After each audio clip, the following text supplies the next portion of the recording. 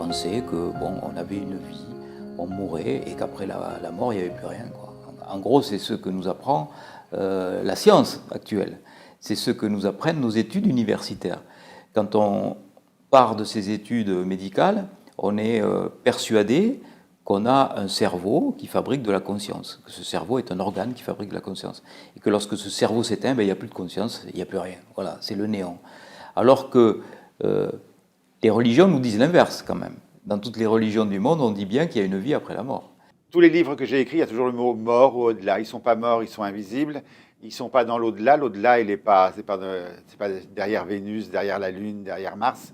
C'est au-delà de notre vue. Donc ils sont à notre niveau, mais on ne les voit pas, sauf ceux qui ont la faculté d'être médium, là, perçoivent ce plan invisible au-delà de notre vue.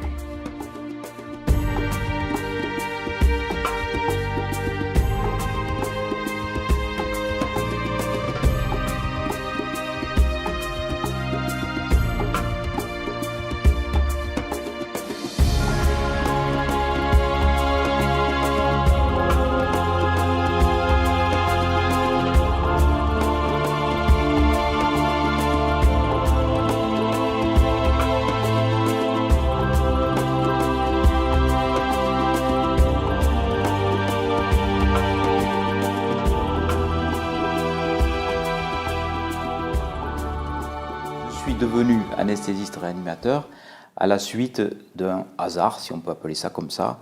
Je m'orientais plutôt vers une carrière de médecin généraliste et j'ai voulu me confronter à l'urgence. Donc je me suis inscrit dans un stage de SAMU et c'est lors de ce stage de SAMU que j'ai vécu quelque chose qui a transformé ma vie. Parce qu'avant cette expérience, j'étais plutôt du style à dire que tout s'expliquait par la science. Et après cette expérience, c'est-à-dire quelques millièmes de seconde après, je me suis dit, mince, il y a des choses que la science ne comprend pas. Alors c'était quoi cette expérience? Eh bien c'était un accident grave. J'étais confronté donc à le gérer tout seul. 2 cadavres allongés sur le bord de la route, recouverts d'un drap blanc. Et puis ce pompier qui me dit, docteur, venez là, il y a quelqu'un qui est resté coincé dans le véhicule. On avait donc découpé des tôles pour que je puisse passer, et puis il y avait un jeune qui était coincé jusqu'à la partie inférieure de son thorax par les tôles, incarcéré. Et moi je devais rapidement le perfuser, ce jeune. J'étais à quelques centimètres de lui, à quelques centimètres de son visage, et je revois encore ma main tremblante sur son bras livide, fouillant encore et encore pour chercher cette veine, et je ne la trouvais pas, cette veine. Et il est arrivé ce qui devait arriver, c'est-à-dire qu'en cas de non-secours de cette façon, eh bien, le décès arrive. J'ai vu cette étincelle de vie qui partait de ce regard, la pupille qui se dilatait, et c'était la première fois que je voyais mourir quelqu'un devant moi, mais c'était quelque chose de très intime. J'ai senti, physiquement ressenti, une présence qui partait de ce corps et qui m'a frôlé sur la droite, et c'était une présence qui était à la fois joyeuse et vivante. Alors ça paraît complètement absurde de raconter ça. Dans des circonstances aussi dramatiques, comment peut-on sentir qu'une présence parte d'un corps? Je me suis souvenu de ce livre de Raymond Moody, écrit dans les années 70, La vie après la vie. Instantanément, je me suis souvenu de ce que racontaient les témoins de ces expériences de mort imminente qui disaient qu'ils étaient la plupart du temps sortis par le haut de leur crâne, qu'ils avaient vécu cette fameuse expérience, que maintenant beaucoup de personnes connaissent, et qui sont revenus ensuite dans leur corps, complètement transformés par cette expérience qui restera pour toujours l'expérience la plus importante de toute leur vie. Le 25 août 2001, j'étais en Corse, puisque nous passions tous les étés en Corse avec mon ex-mari. Et je faisais beaucoup de plongées sous-marines à l'époque, avec la bouteille. Et à 40 mètres, je joue, en arrivant, je m'assois dans le fond, je joue avec le sable. Alors il y a tout qui se décolle, le plancton, les petits poissons qui viennent, c'est vachement joli. Et en passant entre 2 gros rochers, eh bien, j'étais la dernière des 4. Et en passant entre ces rochers, alors que les 3 autres n'ont rien eu, moi j'ai aspiré de l'air et c'était de l'eau salée. Donc à 40 mètres, on panique un peu, enfin beaucoup même. Et donc j'ai pris un caillou, j'ai tapé sur la bouteille pour faire du bruit, puisque c'est comme ça qu'on peut signaler quelque chose. Donc ils se sont retournés, j'ai fait le signe que je manquais d'air. Donc on est venu me donner de l'air avec un autre embout de bouteille.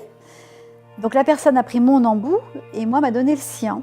Et donc lui a respiré de l'air et moi deuxième bouffée d'eau salée, quoi.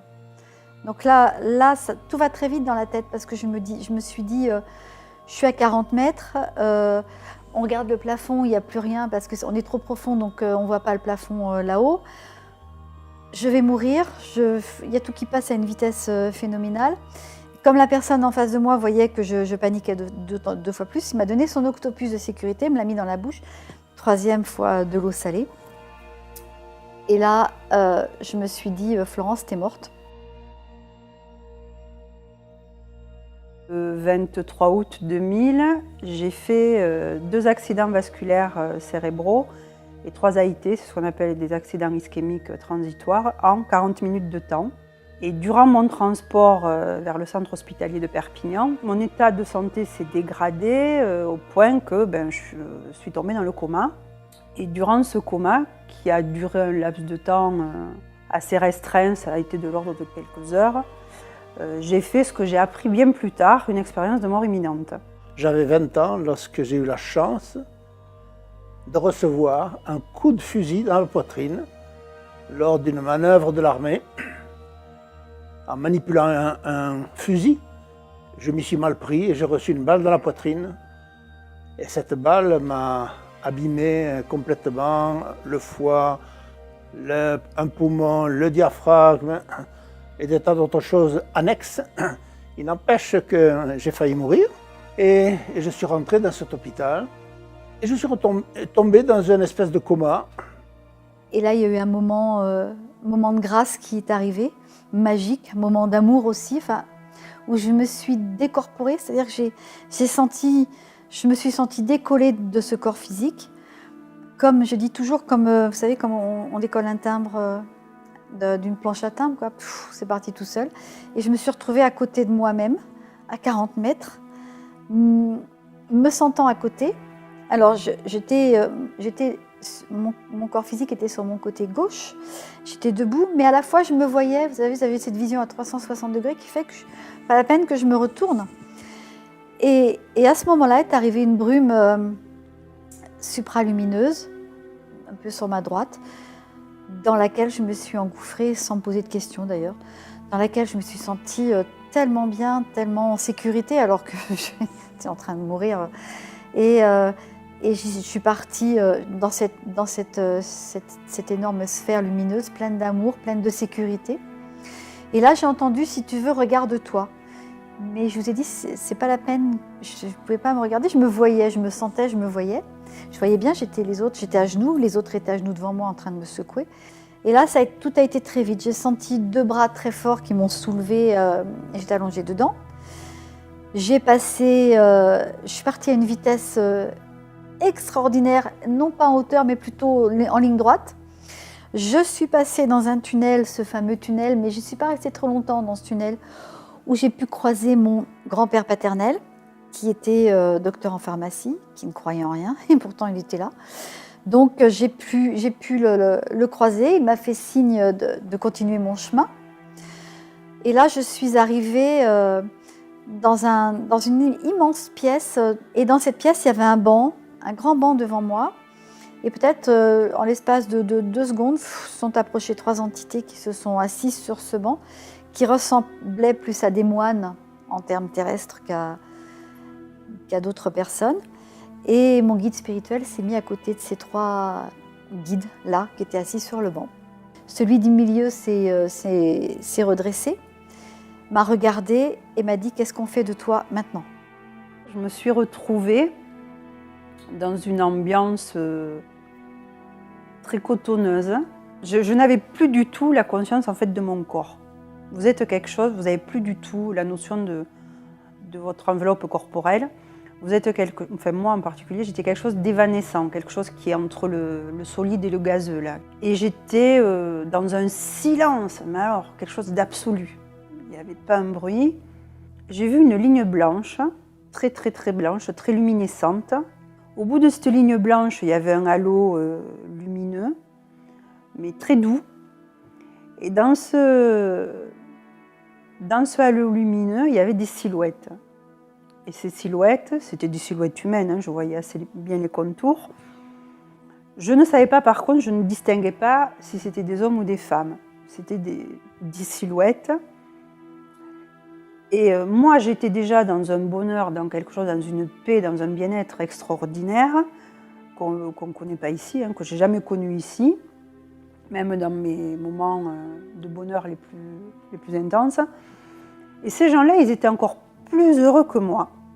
Et ils m'attendaient, c'était une évidence. Ils étaient là pour moi. J'ai décidé de m'approcher de ces gens-là. Et en même temps, j'avais conscience que si je franchissais cette ligne blanche, je ne reviendrais jamais, je ne reviendrais pas. Et ce qui m'a le plus marqué, c'est qu'à ce moment-là, c'est qu'en fait, j'avais aucun regret, aucun remords, aucune tristesse, rien du tout. Et à un moment donné, j'étais assez près, j'ai entendu une voix, par contre là, de femme. Alors entendre, ce n'est pas le terme vraiment exact, c'est quelque chose qui s'impose à vous, comme un peu de la télépathie. Et cette voix m'a dit on ne te veut pas. Je me suis retrouvé brusquement en haut de la pièce, d'une pièce que je ne connaissais absolument pas. C'était une salle d'opération.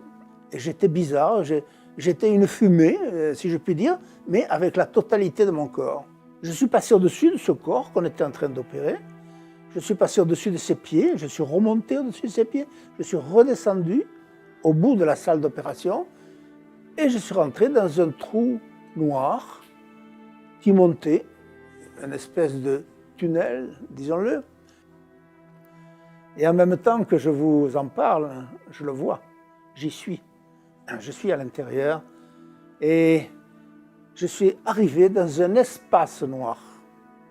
Il m'a semblé, au fond, distinguer loin, mais loin, distinguer une lueur, une vague lueur. Et en même temps qu'elle s'approchait de moi, elle était d'une puissance colossale. Plus elle venait vers moi, plus je sentais que cette lueur m'aimait. Et moi, j'ai dit, je reste. Alors, c'est vrai que j'ai des enfants, j'ai 3 filles, j'avais de la famille, j'ai de la famille, etc.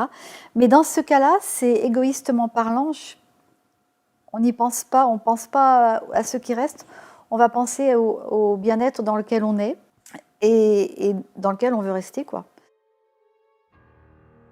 Et puis à ce moment-là, ils m'ont réincorporé dans mon corps terrestre. Mais j'étais encore sous l'eau, bien évidemment, puisque eux étant à 40 mètres, quand on fait de la plongée, on ne remonte pas comme ça, comme une flèche, quoi. Donc ils remontaient par étapes, donc ils ne faisaient pas de palier, mais ils remontaient tout doucement comme ça. Et ils m'ont réincorporé alors que je devais être à 15-16 mètres, peut-être 17, je ne me souviens plus bien. Donc ils m'ont réincorporé par la tête. Et ça m'a fait comme un grand bang, ça a résonné très fort, très très fort. Et puis je me suis sentie remise dans mon corps comme dans un gant, doigt de pied par doigt de pied, doigt par doigt, etc.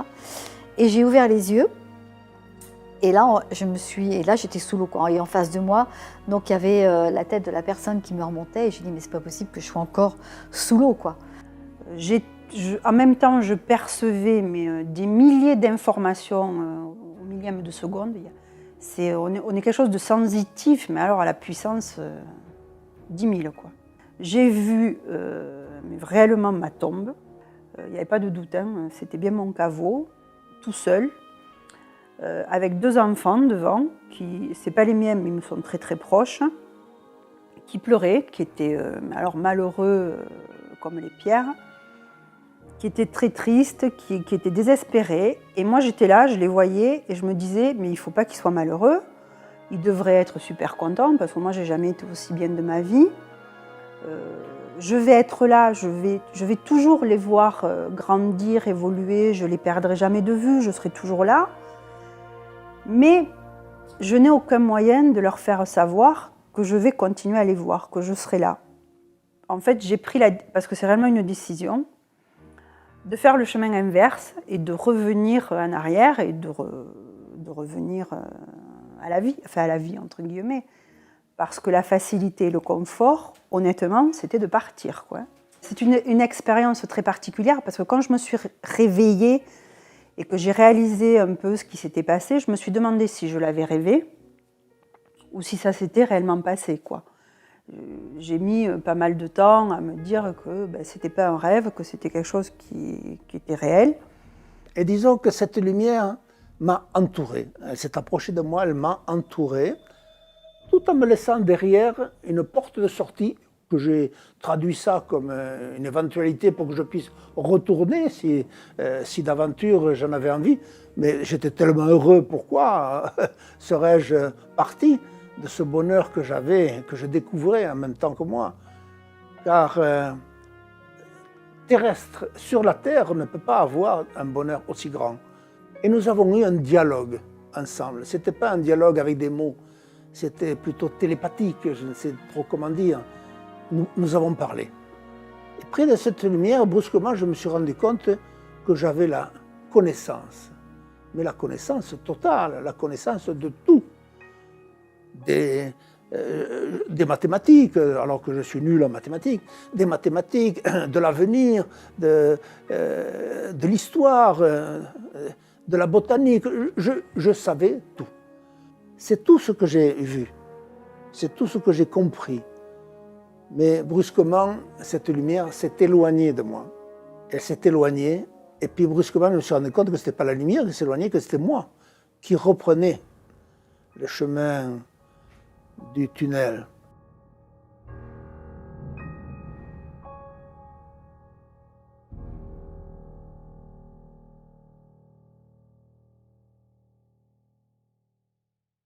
Quand j'ai dit ce qui m'est arrivé, évidemment, que ce soit les médecins après ou même les membres de ma famille, ils m'ont dit que j'avais déliré, que j'avais rêvé, que j'avais déliré.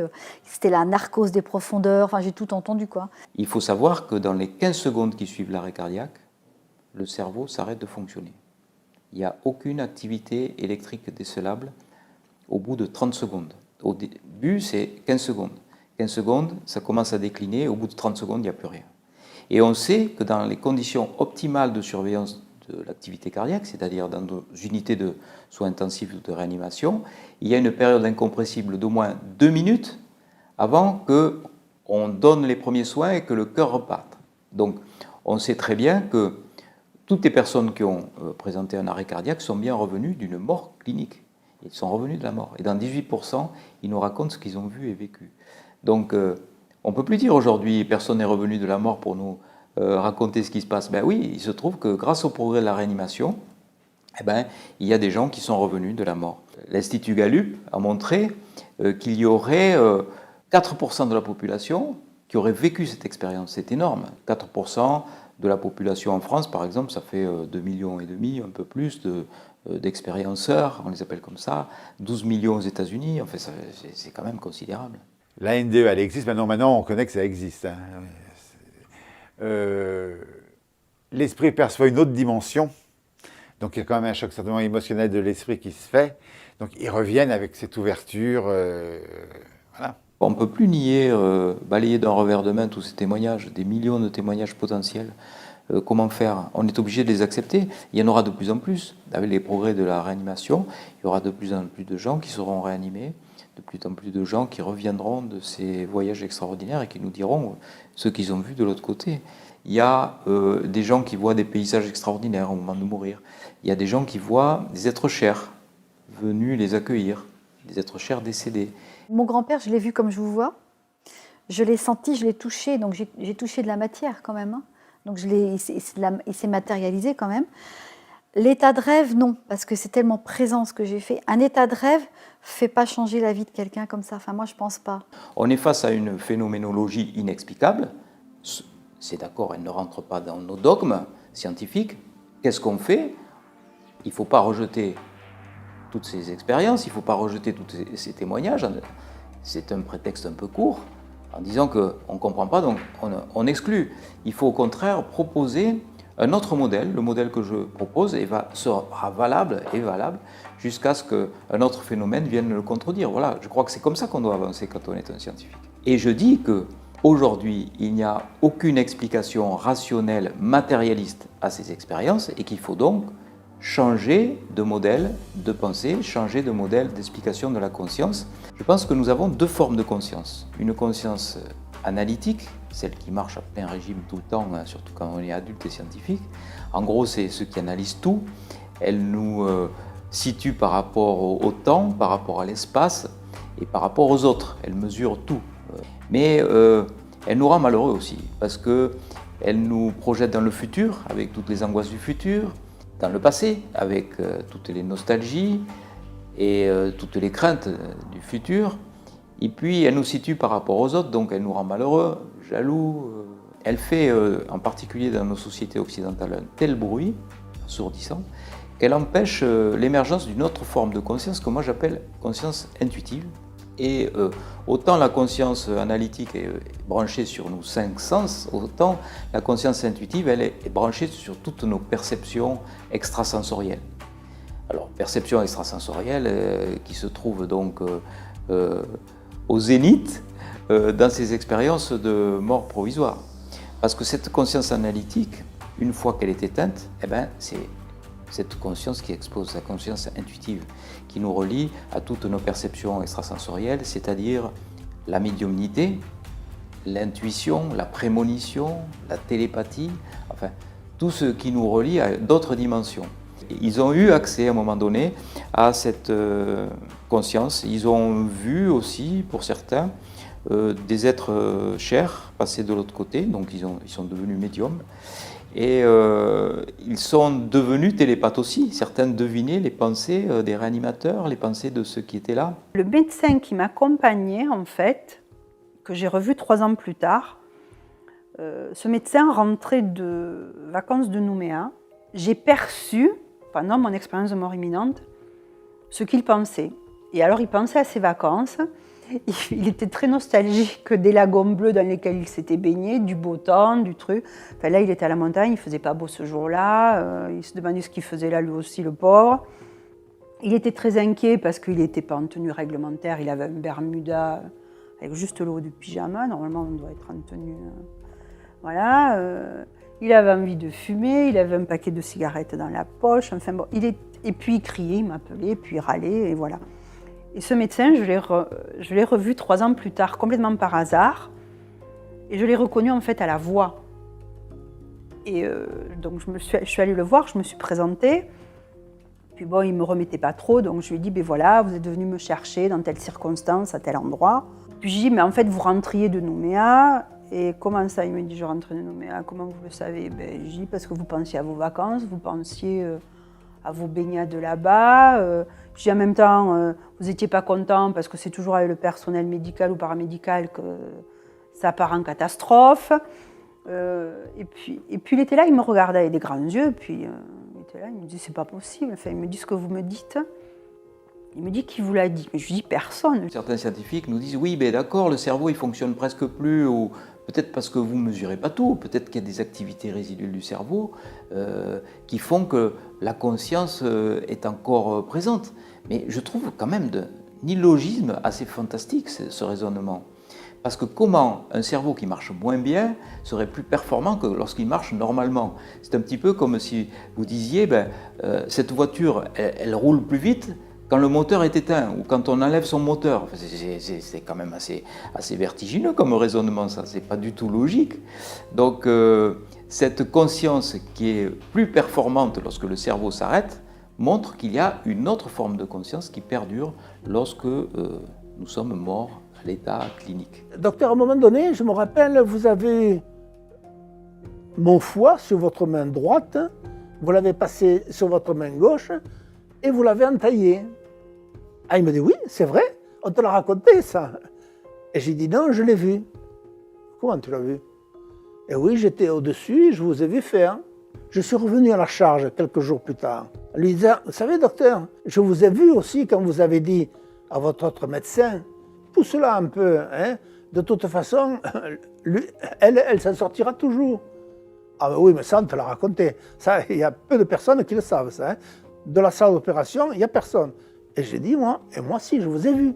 J'étais tout à fait en haut. qu'est-ce que c'est cette histoire que tu me dis, que tu as vue quand j'ai dit au docteur Poujoula de pousser la petite là avec son pied? Et j'ai dit oui, je vous ai vu. D'ailleurs, je lui ai dit, d'ailleurs, il y a une plaque sous la table d'opération. Ah ça, il me dit, alors là, je suis au moins tranquille d'une chose. Il y a un molleton qui enveloppe, qui n'a pas pu voir la plaque sous la table d'opération. D'ailleurs, il me dit, je vais y aller, je vais aller voir. Et il est parti voir sous la table d'opération. Et il est revenu longtemps plus tard, au moins un bon quart d'heure plus tard. Il est revenu, sans me dire un mot. Il était blanc comme un linge. Et il m'a dit, elle y est. Par exemple, une jeune femme qui était dans mon service, qui était intubée sous respirateur et qui n'avait pas de possibilité de communiquer. Elle était dans un coma profond, elle avait pris des barbituriques. Et une nuit où j'étais de garde, l'infirmière m'appelle et me dit « Docteur, venez vite, et il y a cette patiente qui désature, ça veut dire qu'elle manque d'oxygène. » Donc je suis arrivé sur place et j'ai vu que cette patiente était très mal.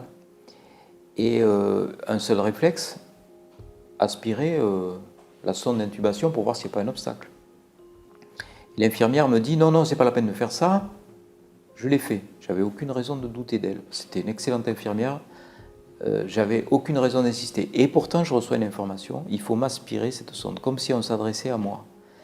Ça a insisté tellement dans mon esprit que je finis par me fâcher avec l'infirmière. J'ai dit « Non, il faut, je vous assure, il faut que je vérifie. » Bon, elle était vexée et j'ai retiré un bouchon, donc la malade a été sauvée comme ça. Elle était totalement inconsciente au moment des faits. L'expérience se passe, je reviens la voir plus tard, bien plus tard. Elle était extubée, elle pouvait parler, et alors qu'au moment des faits, elle avait du sparadrap sur les yeux, elle me dit « Mais je vous reconnais, c'est vous qui m'avez sauvé la vie, docteur. Et je vous le disais de m'aspirer cette sonde, je vous le disais. » Donc elle me disait comment? Elle avait une sonde dans les cordes vocales qui empêchait de parler, elle ne pouvait pas me voir, donc c'est son esprit qui m'a, par télépathie, donné cette information. Il y a beaucoup de gens qui voient, qui ne disent pas, il y a beaucoup de gens qui entendent, enfin il y a beaucoup de gens qui ont des phénomènes paranormaux, parce que c'est comme ça qu'on appelle ça, qui ne parlent pas, qui n'osent pas, par peur du ridicule, voilà, uniquement. Puis on est en France on est très cartésien, hein. Donc on croit qu'à ce qu'on voit. Non, il y a plein de gens qui ont plein de phénomènes. Et si jamais vous en parlez avec eux, ben, hop, tout le monde, les langues se délient. Hein. Il y a plein de gens qui ont vu, qui ont entendu, mais à qui le dire? Moi, quand je suis né, que j'ai fait ça, j'en ai parlé très peu. Hein. Puis après, j'ai vécu ça comme ça. Hein. Il n'y a que quand j'ai commencé à assumer à en parler, ben, le tri autour de vous, il se fait facilement. Hein. Il est gentil, oui, un peu, oui, un peu. Hein. Puis après, on vous met les gens qui sont en harmonie avec vous, quoi. Hein. Moi, je pense que tout le monde a des capacités, mais voilà, plus ou moins élevées, et qu'on veut aussi... alors, comment ça s'est... Bon, petite adolescente et adulte, en fait, j'entendais, j'entends toujours, je voyais, je vois toujours, et je sentais et je sens toujours. L'olfactif. Hein. Et puis, après, quand j'ai fait cette NDE, je dormais chez moi, donc dans la Vienne, encore j'étais dans la Vienne, je n'étais pas partie, hein, et j'étais dans cette grande maison, dans ma chambre toute seule, et je dormais. Donc je dormais je dors avec un oreiller normal, hein, là, et puis un oreiller sur le ventre. Souvent, je prends un oreiller, je le mets sur le ventre. Et puis en pleine nuit, j'ai senti mes draps bouger. Donc on se demande si on rêve, vous savez, je ne rêvais pas du tout, je me suis réveillée, et donc le drap s'est soulevé, et j'ai senti une masse froide se glisser en dessous, ce qui est assez impressionnant, se coller sur ma jambe. Je peux vous garantir que médium ou pas médium, il y a le cœur qui bat à 300 et qu'on a très peur. Et cette chose est remontée comme ça, doucement, cette masse est remontée, et est venue se coller ici, comme ça. Et là, j'ai eu très peur, je suis partie en courant de cette chambre. Le lendemain matin, j'ai une amie qui a des ressentis, elle vient à la maison et on sort de la maison, on discute toutes les deux, et elle me dit « Est-ce que tu sens quelque chose en plus de nous, enfin tourner autour de nous ?» Puis à ce moment-là, je vois un petit garçon arriver, mais un petit garçon avec une culotte courte, un peu en haillons, etc. Et me dire « Madame, madame, madame ». Je regarde ce petit bonhomme, alors j'habitais à la campagne. Ce petit garçon m'emmène dans une grange derrière. Et dans cette grange derrière, il y avait une famille, une femme avec ses enfants qui étaient morts depuis très longtemps et qui attendaient là que quelqu'un vienne pour leur expliquer qu'ils étaient morts et partir de l'autre côté. Et ce petit garçon était venu, il m'a expliqué, ce petit garçon m'a expliqué que c'est lui qui était venu la nuit, il s'était collé ici, et était venu me faire un câlin. Je suis ce qu'on appelle un médium.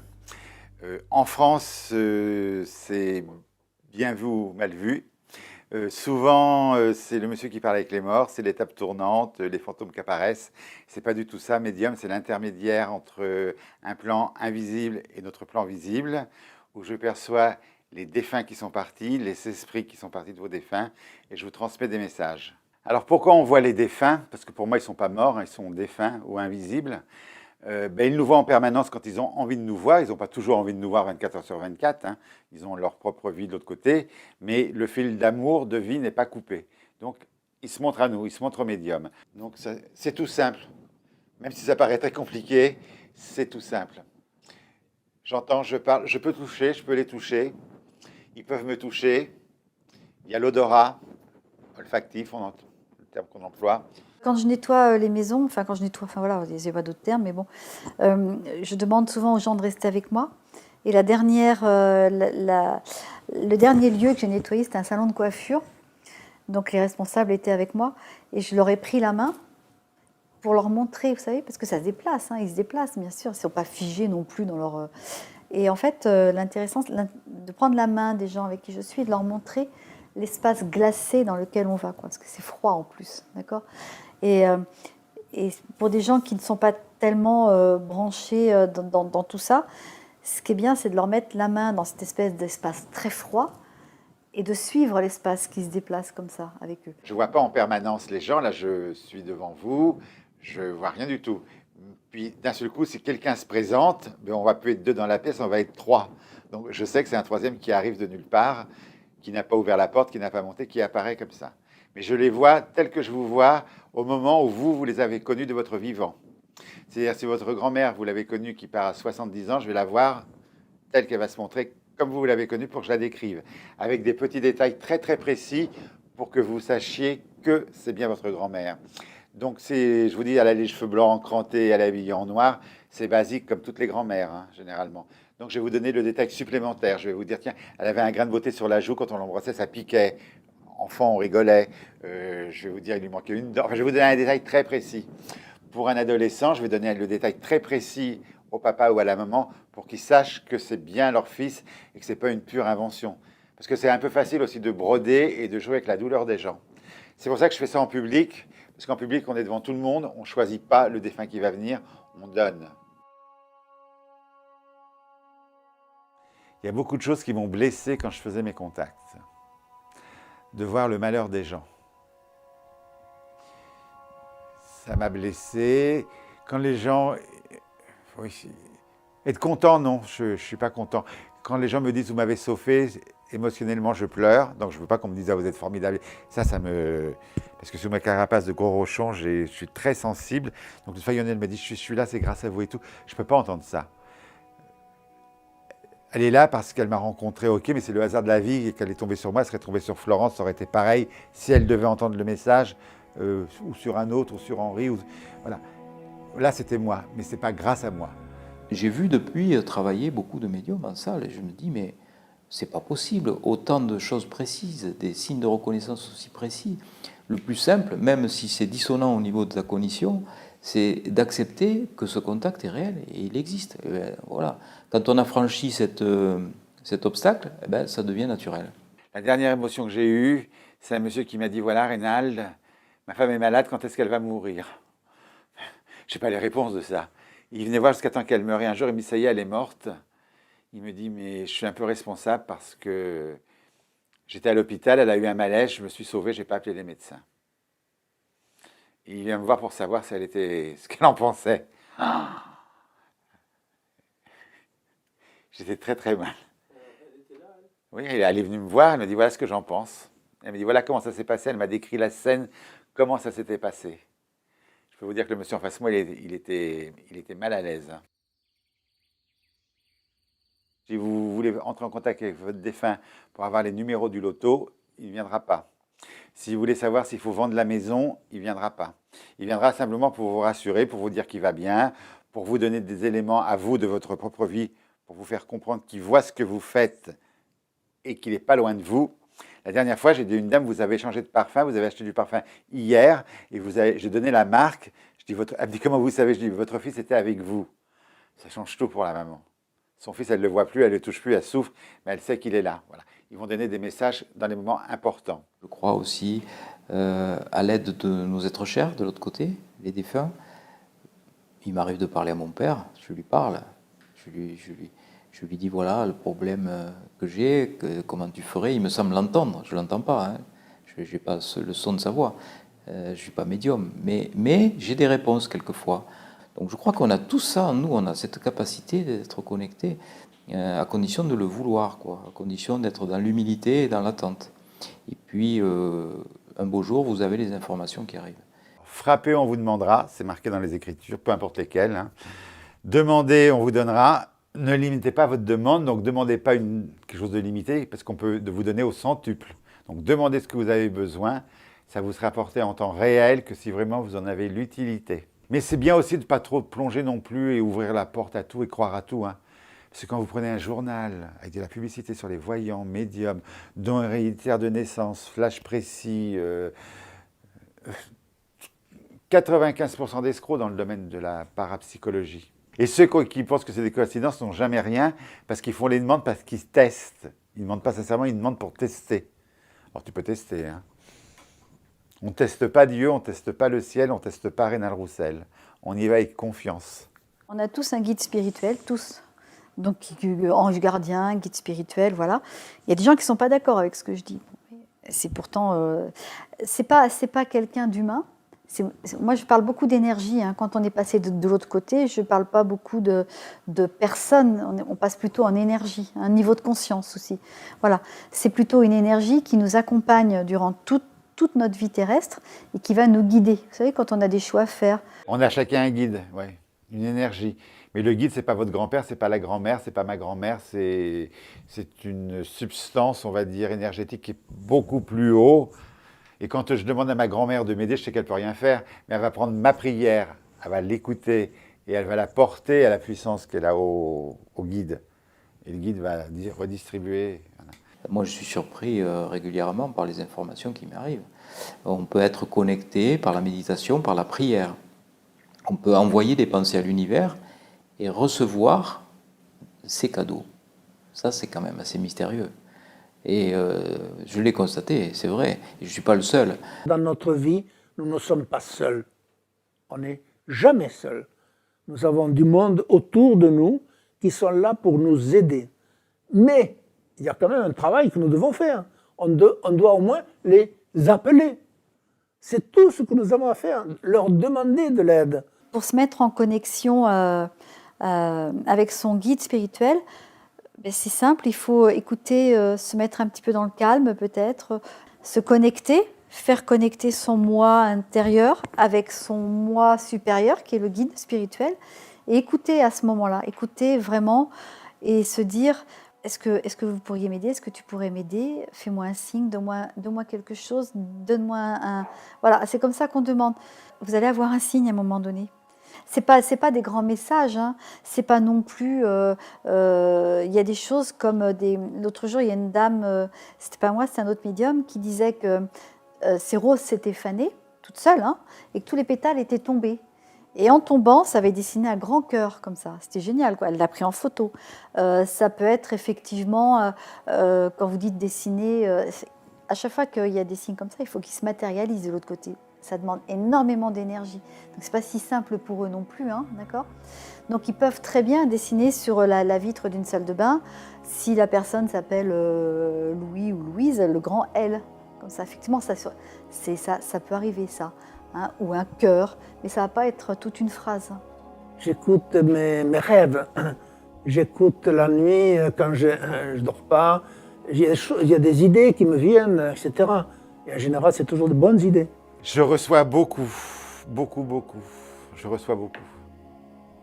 En contrepartie, je donne beaucoup, hein. Mais je reçois beaucoup. Mais j'en demande beaucoup, hein. Je n'ai pas tout. Hein.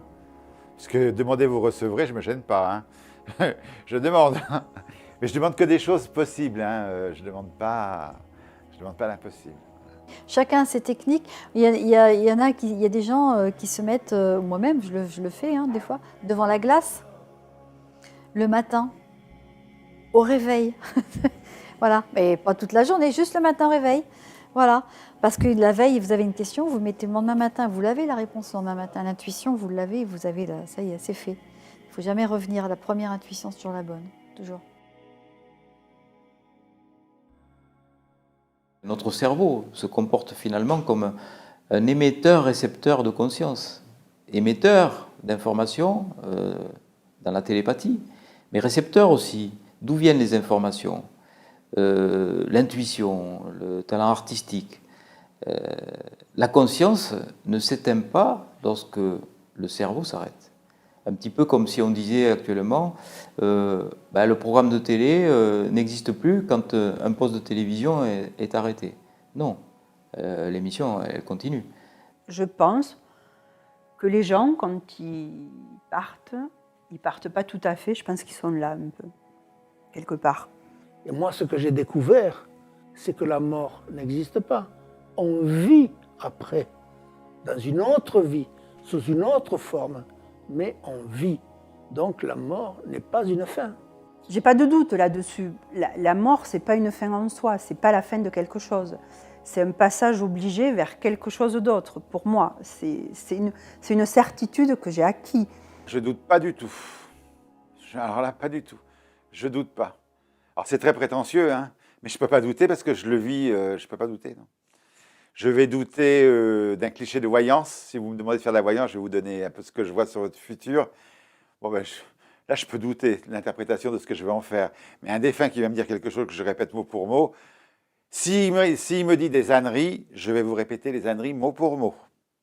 Mais je ne doute pas de ce que j'ai entendu. L'au-delà existe. Nos parents décédés, ils ne sont pas dans les cimetières. Les cimetières sont vides.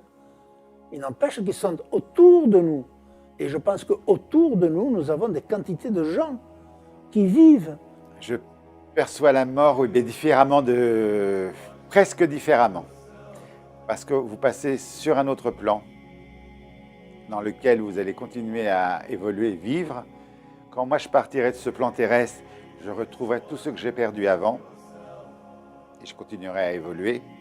Donc on peut rassurer certaines personnes avec ce démarrage, quoi, que quand on passe de l'autre côté, c'est vraiment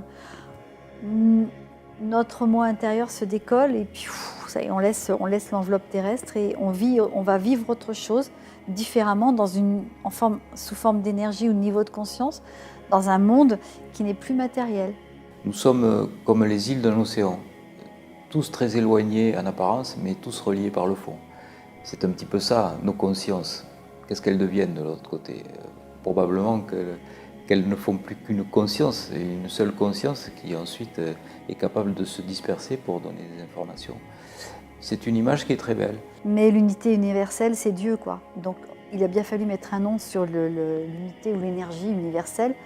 Donc voilà, elle est pour tout le monde la même. Après, chaque pays a fait de cette unité, de cette énergie universelle, une religion sur laquelle elles ont mis un nom. Alors, nous, c'était le catholicisme, après il y a le bouddhisme, il y en a plein des religions dans lesquelles on a toujours la même représentation de plein d'énergie, mais il y en a une qui est universelle. Et la mort, de toute façon, pour tout le monde, elle est pareille. C'est quelque chose qui, après, quand vous avez vécu ce genre de choses, ça vous change. Je veux dire, on ne voit plus la vie de la même façon. Tout ce qui est côté matériel, vous vous contentez de votre confort normal.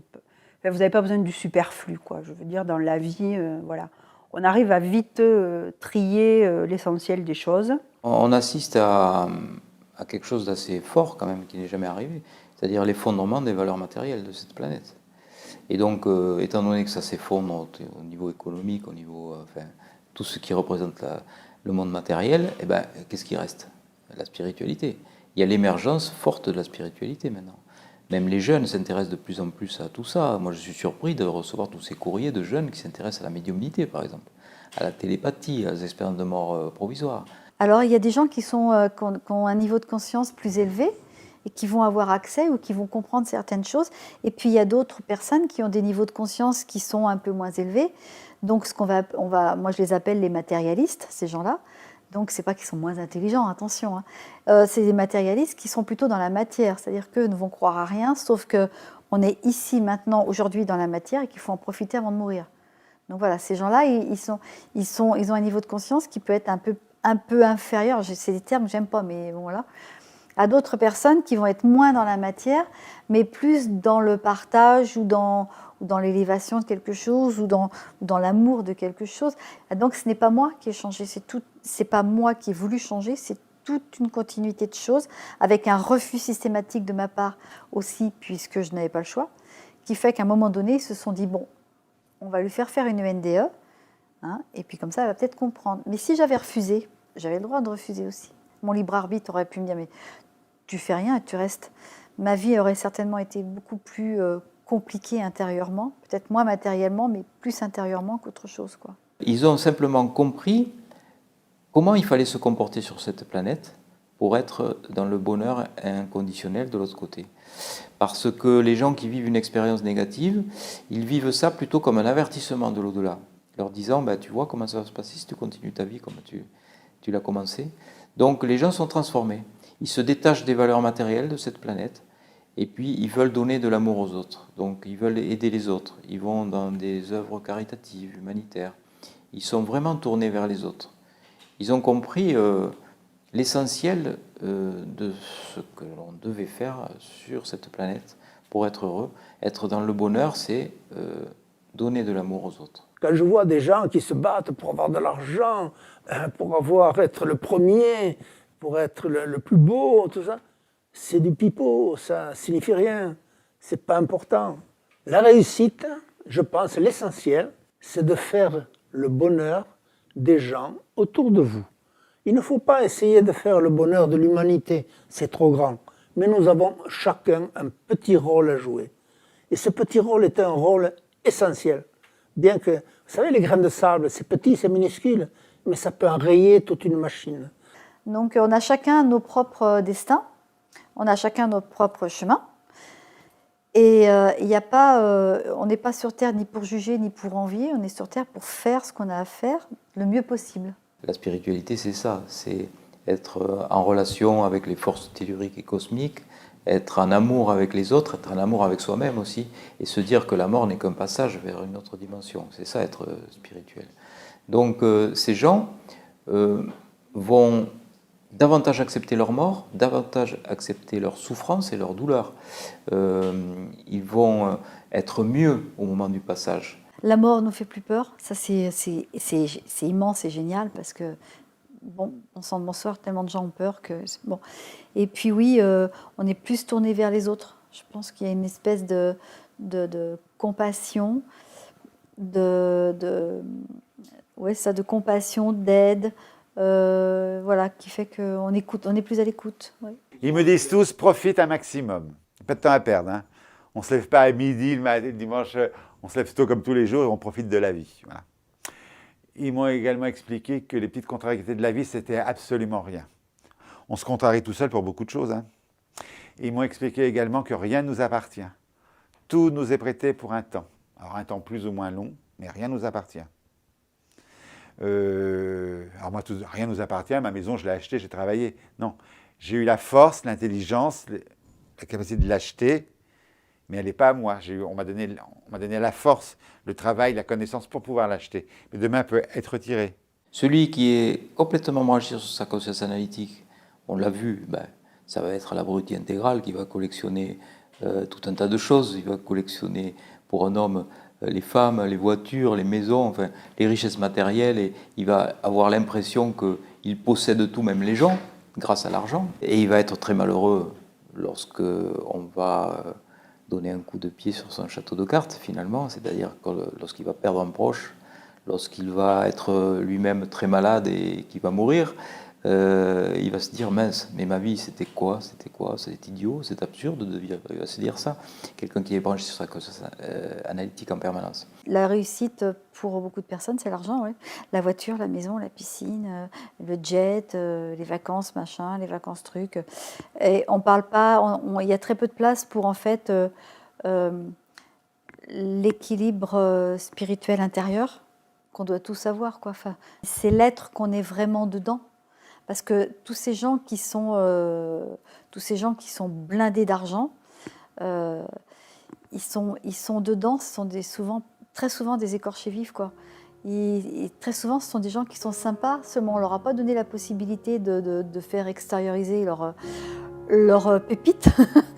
Et en fait, ils sont partis dans la course parce que quand j'étais petit, on m'a tellement dit que je ne réussirais pas, que bon voilà, ceci, cela. Ils ont oublié le principal, c'est d'être eux-mêmes, ces gens-là.